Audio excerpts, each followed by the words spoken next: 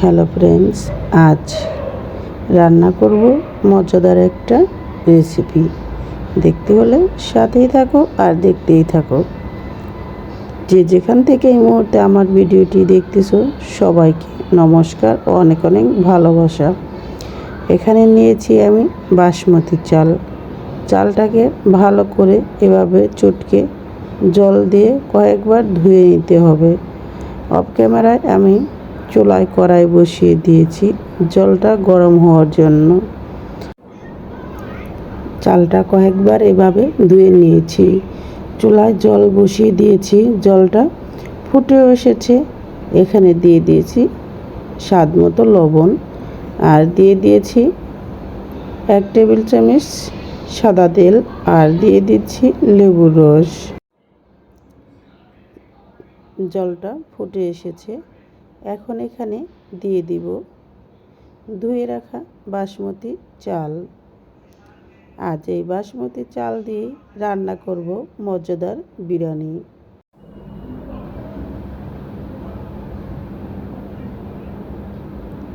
জলটা যখন পুরোপুরি ফুটে আসবে তখন ধুয়ে রাখা বাসমতি চালগুলো দিয়ে দিতে হবে।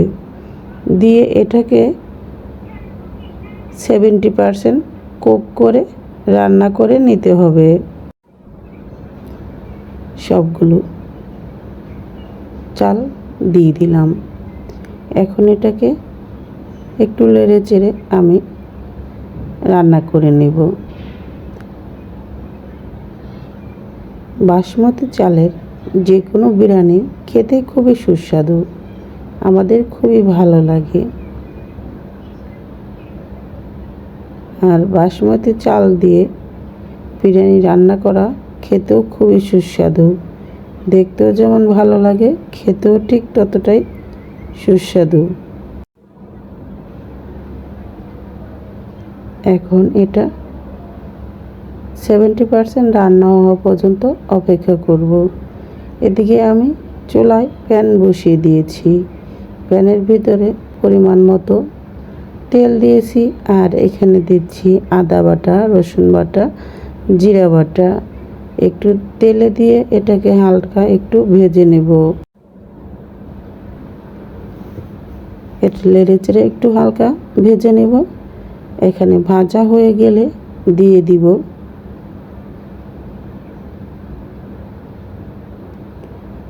চিকেন। অল্প মশলা এবং অল্প উপকরণে তৈরি করে নিব আজ মজাদার এই বিরিয়ানিটা। এখন মশলার সাথে মিক্সড করে ভালো করে কষিয়ে নেব। আজ ঘরে থাকা অল্প উপকরণ দিয়ে খুব সহজে তৈরি করে নিলাম কাচ্চি মশলা দিয়ে চিকেন বিরিয়ানি। যদি তোমাদের ভালো লাগে তবে একবার হলো ট্রাই করে দেখতে পারো।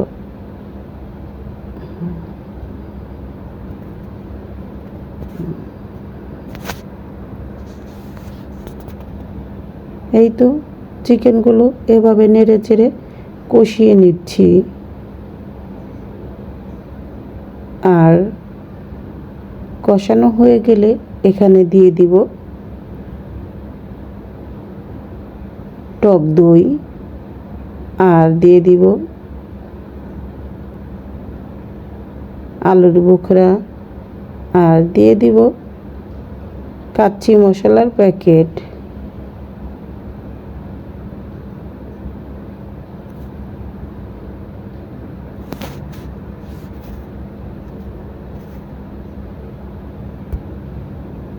চিকেনটা কষানো হয়ে গিয়েছে। এখন এখানে দিয়ে দিলাম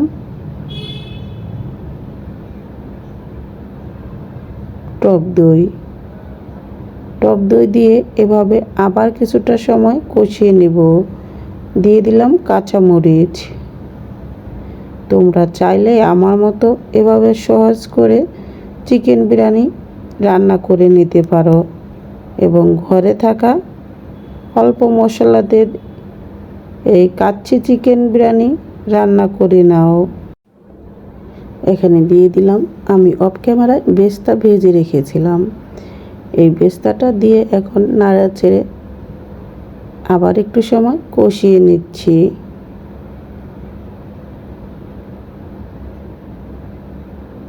যারা একদম মাটন বা অন্য কোনো মাংস চিকেন ছাড়া খেতে পছন্দ করো না এবং এই চিকেন দিয়ে অল্প সহজে তৈরি করে নিতে পারো মজাদার মাটন বিরিয়ানি।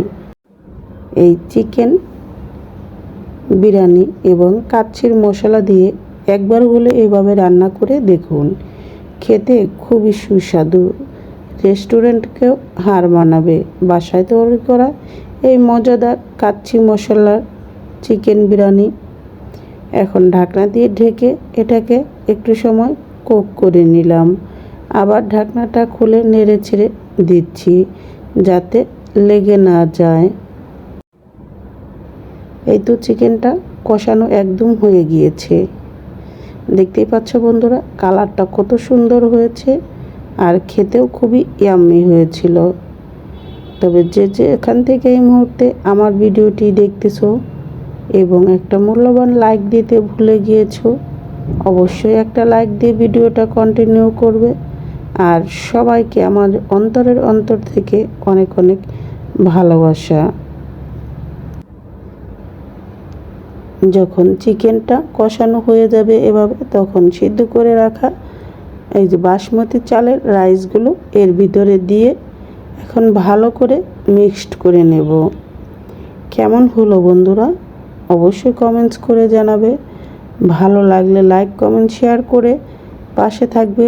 আর নতুন বন্ধু যারা আছো তোমাদের সবাইকে অনেক অনেক ধন্যবাদ আমার পরিবারে এসে আমার ভিডিওগুলো দেখার জন্য এবং আমাকে মূল্যবান লাইকটা দিয়ে ভিডিওটা আরও সামনের দিকে এগিয়ে নেওয়ার জন্য। তোমাদের এই মহামূল্যবান ভালোবাসা অবশ্যই আমিও তোমাদের ব্যাক করে দেব। এই তো আমি চিকেনের সাথে এখন রাইসগুলো মিশিয়ে নেব। তার আগে দিয়ে দিচ্ছি এখানে ভেজে রাখা বেস্তাগুলো দিয়ে এভাবে ঢাকনা দিয়ে 10 মিনিটের জন্য ভাপে বসিয়ে রাখবো। ঢাকনার এখানে ছিদ্রটা একটু বন্ধ করে দিলাম যাতে এটা দমে বসে আসে। আমি 10 মিনিট পরে ফিরে আসলাম। এখন রাইসগুলোর সাথে চিকেনটাও এভাবে নেড়ে চেড়ে মিক্সড করে নিচ্ছি এবং আলতোভাবে খুবই হালকাভাবে নেড়ে চেড়ে এটা মিক্সড করতে হবে যাতে রাইসগুলো ভেঙে না যায়। দেখতেই পাচ্ছ বন্ধুরা কত সহজে তৈরি করে নিলাম এই মজাদার চিকেন বিরিয়ানি। তোমরাও চাইলে এভাবে আমার মতো করে নিতে পারো। তো সবাই ভালো থেকো, সুস্থ থেকো।